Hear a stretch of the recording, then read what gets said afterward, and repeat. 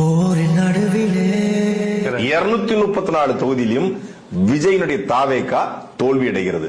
தலைவர் மாறிலே கூட்டம் சேர்த்துட்டா அது ஓட்டா மாறாது. ஒருவன் பசிக்கன 234 இல்ல 10 கூட முடியாது தனியா நின்னா. வேட்டை தூக்குது உங்களுடைய அடுத்த படத்திற்காக காத்துக்கிட்டு இருக்கிறேங்க விஜய்.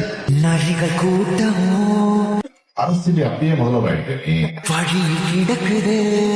சினிமாக்கார வந்தா ஜெயிச்சான் அப்படிங்கிற வரலாறு கடைசியா எம்ஜிஆருக்கு மட்டும் தான் இருக்கும். நீங்க எழுதி வச்சுக்கோ. உறுதியாட்டமோ காட்டு நடக்குது. ரெண்டு நிறுவனம் என்ன சொல்லுது, அவர் தான் முதலமைச்சர். இப்ப இது எவ்வளவு பெரிய காமெடின்னு மக்களுக்கு தெரிஞ்சிருச்சு. வாடைகள் 100 வந்து போதவில்லையே. உன் பேரையே முழுசா உன்னால சொல்ல முடியாது. சொன்னா பாதி பேர் ஓட்டு போட மாட்டான். சி ஜோசப் விஜய் எனும் நான்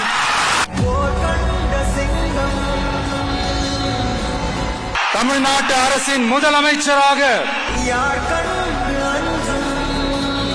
உறுதிமொழிகிறேன்.